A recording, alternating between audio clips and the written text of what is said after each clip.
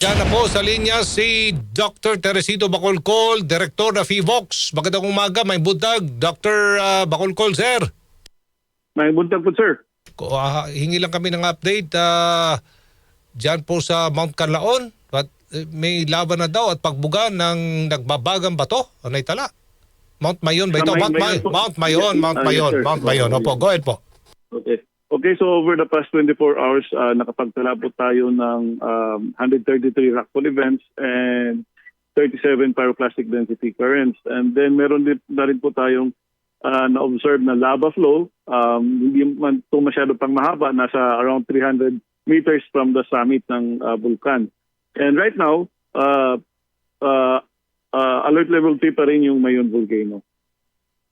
Opo. So, ano po ang advisory na lang natin sa ating mga kababayan po dyan sa Bicol area?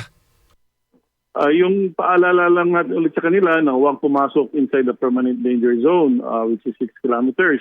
And kung may tao pa man sa loob, dapat sundin nila yung evacuation orders. And yung mga taong gustong makita yung Mayon volcano at night, maganda naman talaga tingnan, they do it from a safe distance beyond the 6-kilometer permanent danger zone. Sa Albay naman, may marami tayong mga vantage points dyan. Makita nila na hindi kailangan lalapitan yung Mayon volcano. Oo.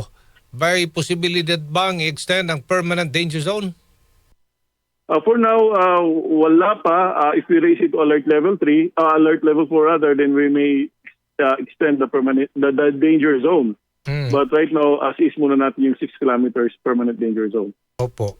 Update lang po doon sa dalawang earthquake naman doon sa Sarangani. Meron tayong lindol sa Sarangani, but that was last Friday, 6.4. And hindi na po ito nasundan. Actually, malayo na po ito. Nasa parte na po ito ng Indonesia. Okay. Asan ba ito? 6.8 to? Tama ho ba? Alas 10 ng gabi ito. 6.4. 6.4? Yes. Yung unang quake? Yes, nung Friday. Sa Friday. Ano pong origin po nito? Tectonic? Yes, tectonic in origin. And ano po yan?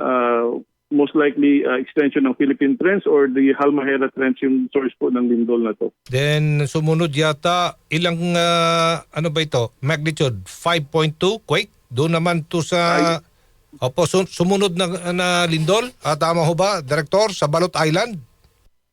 Yes po. Yun po yung sa may malapit sa Balot Island. That could be the aftershock of that event. So wala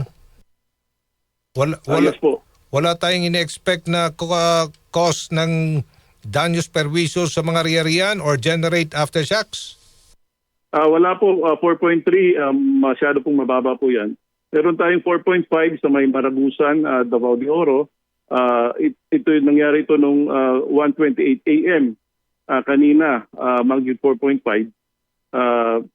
Pinakamataas na intensity na report sa ating intensity 4.5.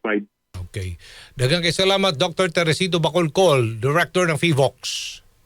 Maraming salamat din po. Good morning! Thank you!